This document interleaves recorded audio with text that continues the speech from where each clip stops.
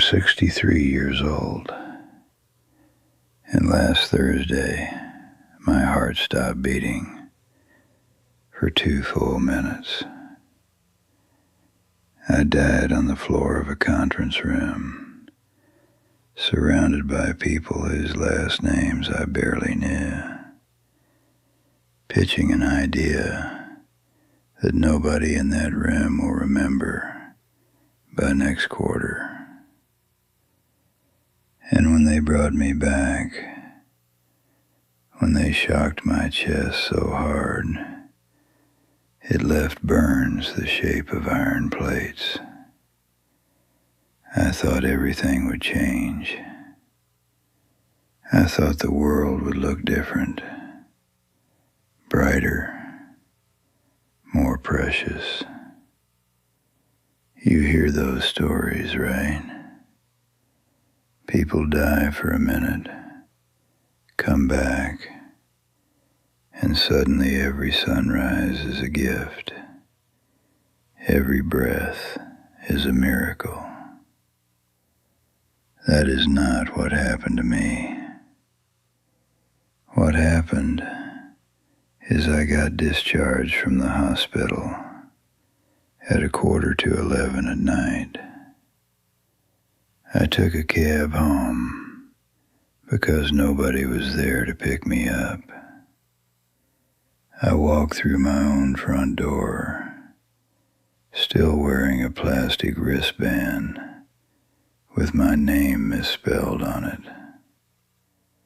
And there, in my kitchen, under the buzzing fluorescent light that I've been meaning to fix for 3 years, I saw it, a dinner plate, just sitting there on the table. Meatloaf, mashed potatoes, green beans from a can, all of it cold, all of it congealed into something that looked like it had given up. My wife had made me dinner. She'd set it out probably around 6, maybe 6:30, and then she went to bed. She didn't wait up. She didn't call the hospital. She didn't pace the kitchen floor. She just went to bed. And that plate sitting there in the silence of my own home told me a truth that 2 minutes of death couldn't. Something in this house had died long before my heart ever stopped. Let me tell you how I got here, because this didn't happen overnight. This was built, brick by brick, year by year, by a man who thought he was building an empire when he was actually building a wall. When I was 32, I got promoted to regional sales director. And I want you to understand what that title did to me, because it rewired my entire brain. I walked into that office on a Monday morning, and I could smell it. The leather of the new briefcase my company issued me. The faint scent of furniture polish on the oak desk. The coffee from the break room down the hall. And I sat in that chair, and I felt like I had finally arrived. Like all the years of scraping and clawing and being ignored had paid off. Someone important had finally looked at me and said, You are enough. That feeling, that single intoxicating feeling, it destroyed my life, because I spent the next 30 years chasing it. Every quarter I needed a better number. Every year I needed a bigger title. I needed the applause at the annual meeting. I needed my boss to shake my hand in front of other people. I needed clients to laugh at my jokes. I needed the corner booth at the steakhouse where the executives ate on Fridays. I needed someone, anyone, in a position of authority to look at me and tell me I mattered. And I got it. Oh, I got all of it. I got the plaques on the wall. I got the reserved parking space.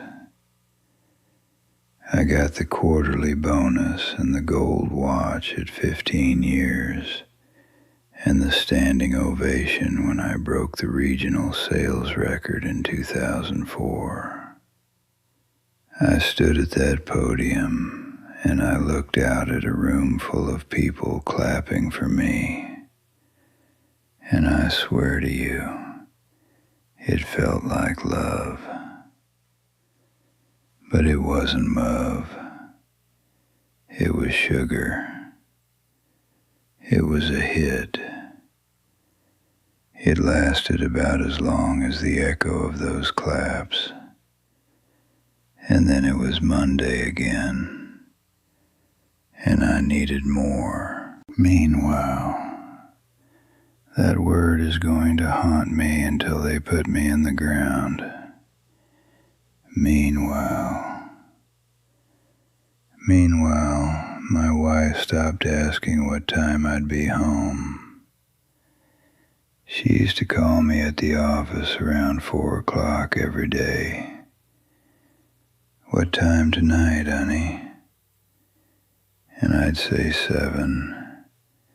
And I'd walk in at 9:30, and she'd be sitting on the couch with a book, and she'd look up, and she wouldn't say anything. She just stopped asking, and I thought that meant she understood. I thought her silence was support. I told myself, she knows I'm doing this for us. She wasn't being supportive. She was retreating. My daughter Emma, she used to stand at the front door when I came home. She'd have some drawing she made at school, or a test she got an A on, or just this look on her face like seeing me walk through that door was the best part of her entire day. And one night I came home, and she wasn't there. She was in her room, door closed. I figured she was growing up. Kids do that. They pull away. She wasn't pulling away. She was learning. She was learning that Daddy's chair at dinner was usually empty. She was learning that the sound of the garage door opening at 9:30 at night meant nothing worth running to. I taught her that. I taught my own daughter that my presence was unreliable, inconsistent, and not worth the excitement.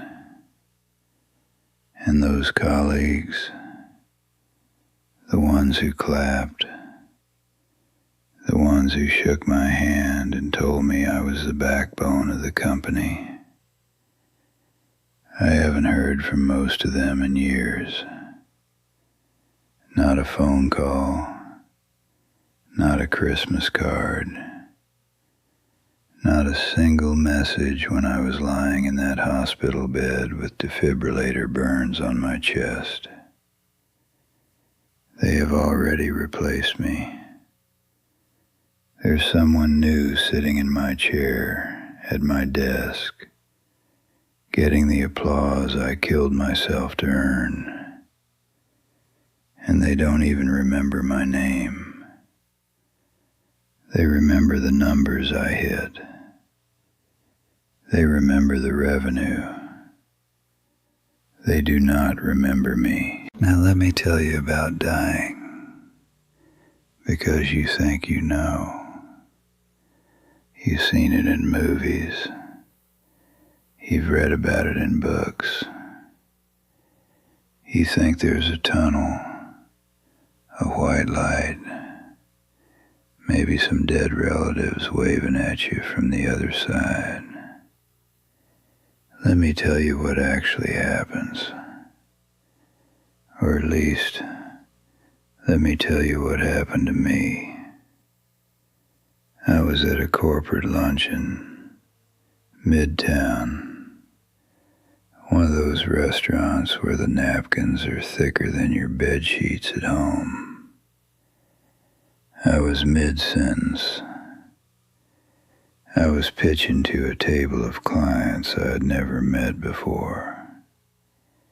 People I was trying to impress, trying to win over, trying to make say yes.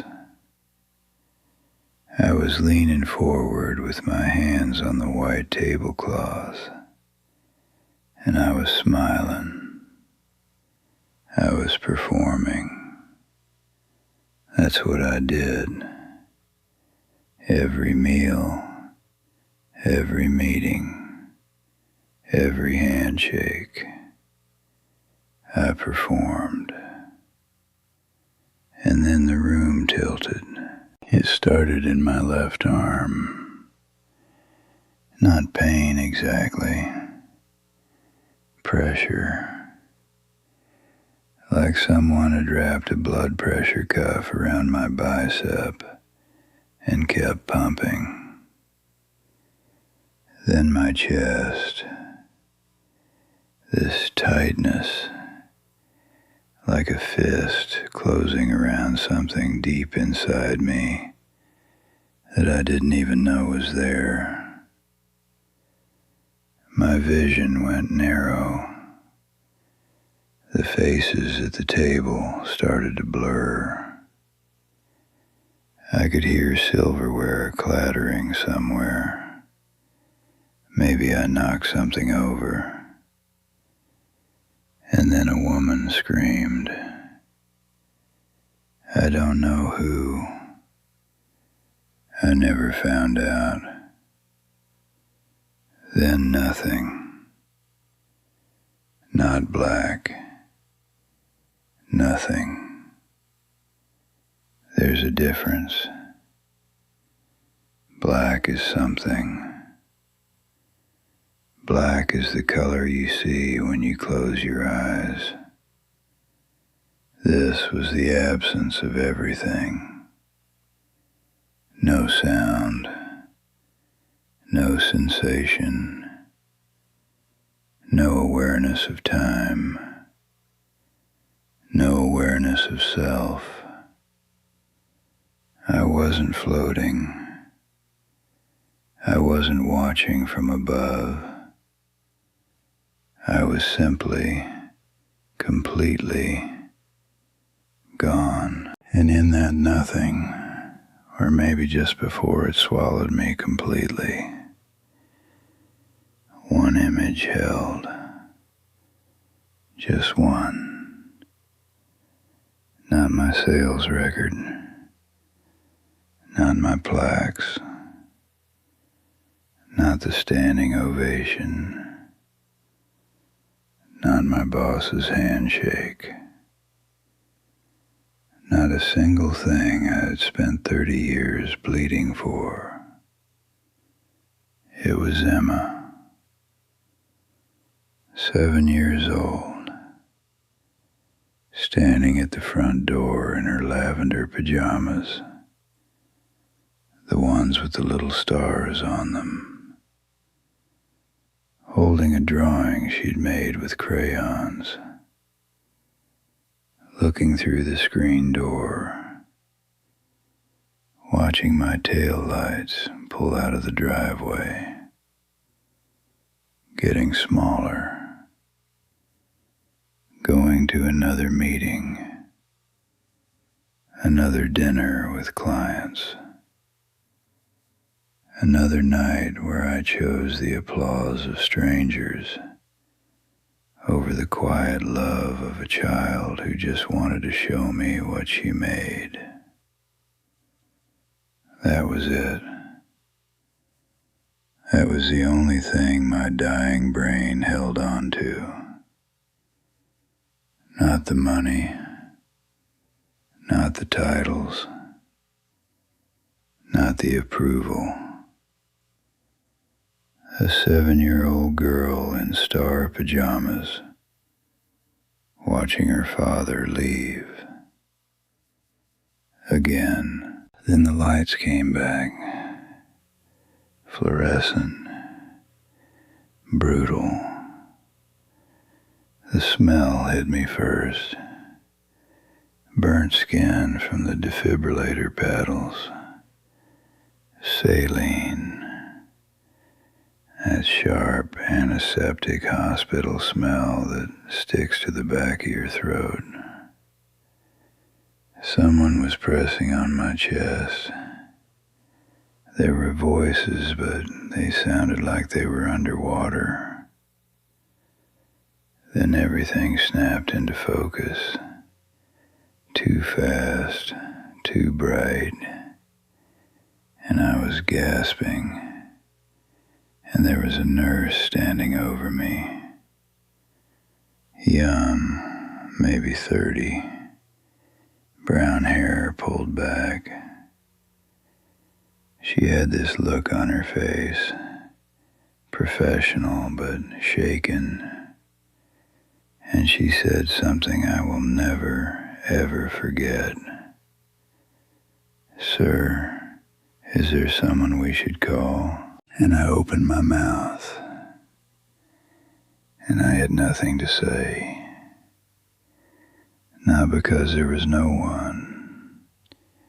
I had a wife, I had a daughter, I had people. But I lay there on that gurney with electrical burns on my chest, and I realized I didn't know if they'd want to be called. I didn't know if my emergency would even feel like an emergency to them, because I had made myself absent so consistently, so reliably, for so many years, that my crisis might just feel like another empty chair. The pause before I answered that nurse was the longest silence of my life, longer than the 2 minutes I was dead. I finally said, "My wife," and I gave him the number, and they called, and she came, and she sat in the waiting room. And when they finally let her in, she held my hand and she said, "I'm glad you're okay." And that was it. That was all she had left to give me. Not tears. Not the kind of desperate movie scene sobbing where someone clutches you and says they can't live without you. Just a quiet, tired sentence from a woman who had already spent decades grieving a husband who was technically still alive. So they sent me home, close to midnight. My wife had left the hospital hours before me. Paperwork takes a long time when you die and come back. And I walked into that kitchen, and there it was, the plate. The house was so quiet I could hear the refrigerator humming from 2 rooms away. The clock on the wall ticking, that fluorescent light buzzing its dull, endless complaint. No television, no footsteps, no voice calling out, "Is that you?" Nothing human, just the mechanical sounds of a house that keeps running whether anyone's alive in it or not. I sat down at the table across from that plate. Meatloaf, mashed potatoes, green beans. Cold, hours cold. The mashed potatoes had formed this dry skin on top, the way they do when they've been sitting out too long. The green beans looked gray. The meatloaf had shrunk away from itself, and I stared at it, and I understood something that broke me in a way that dying did not. My wife still made me a plate.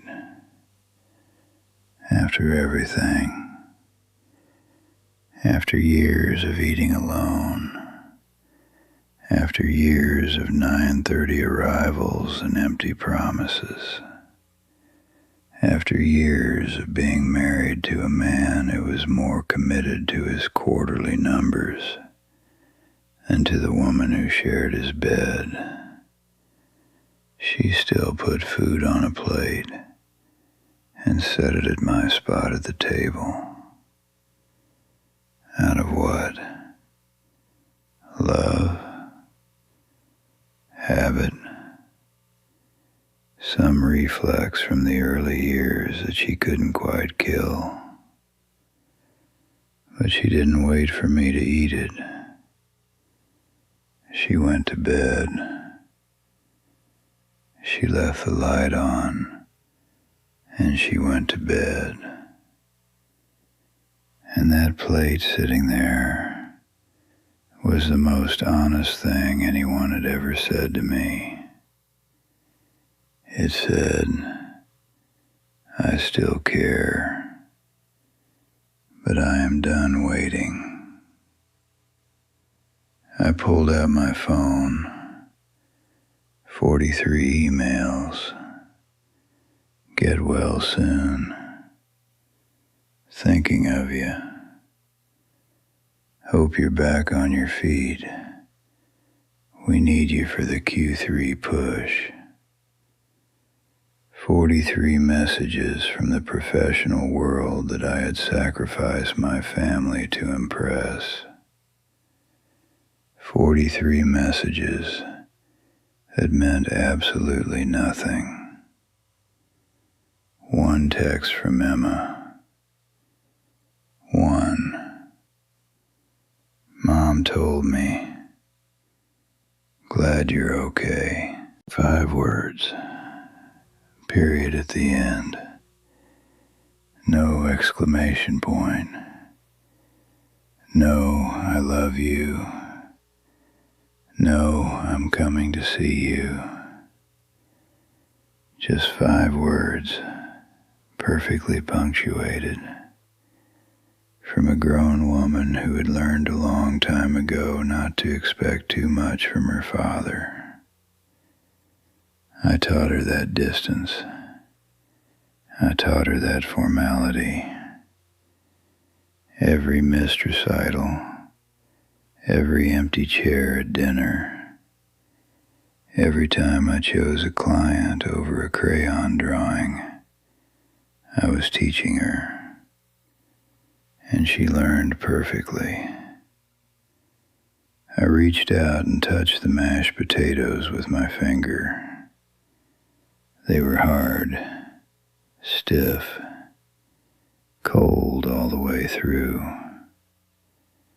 And I sat there in that kitchen at midnight with a dead plate of food and a phone full of empty words from people who don't actually love me. And I cried. Not the kind of crying you can recover from quickly. The kind that comes from somewhere behind your ribs, somewhere deep and old. The kind that sounds like an animal. The kind you're ashamed of even when no one is there to hear it. I cried because I was alive in a house full of people who had already learned to live without me. Now I'm talking to you. Yes, you. The one watching this right now. You with the phone in your hand, or the laptop on your desk, half listening while you do something else. Probably something you think is important. Probably something for work. Probably something for someone who won't remember your name in 5 years.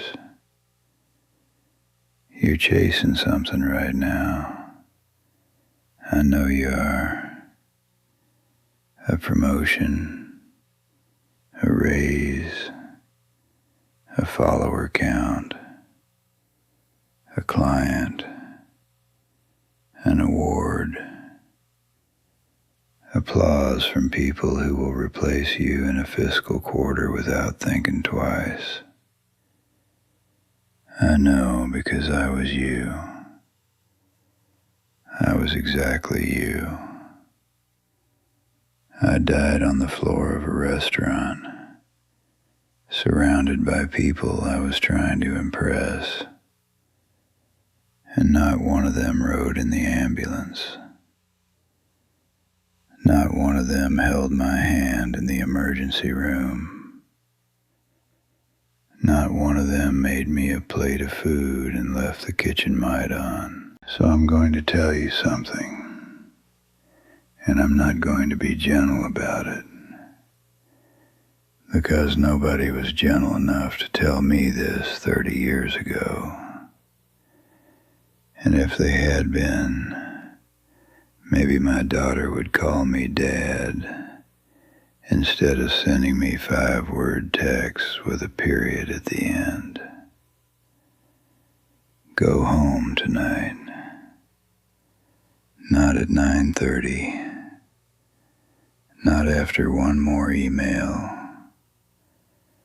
Not after the project is done. Now.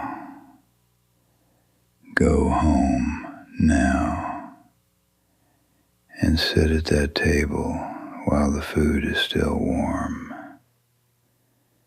Look at the person who made it. Look at the child who is still standing at the door waiting for you. Because that plate will not be there forever. I promise you that.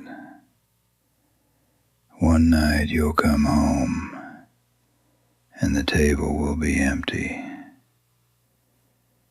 Not because they're angry, because they've healed, because they've learned to stop needing you. And that is a kind of loss that no amount of CPR can fix. You do not want to be the man sitting alone at midnight, touching cold mashed potatoes, realizing that the people who mattered most had already set you free. The food is still warm. Go home.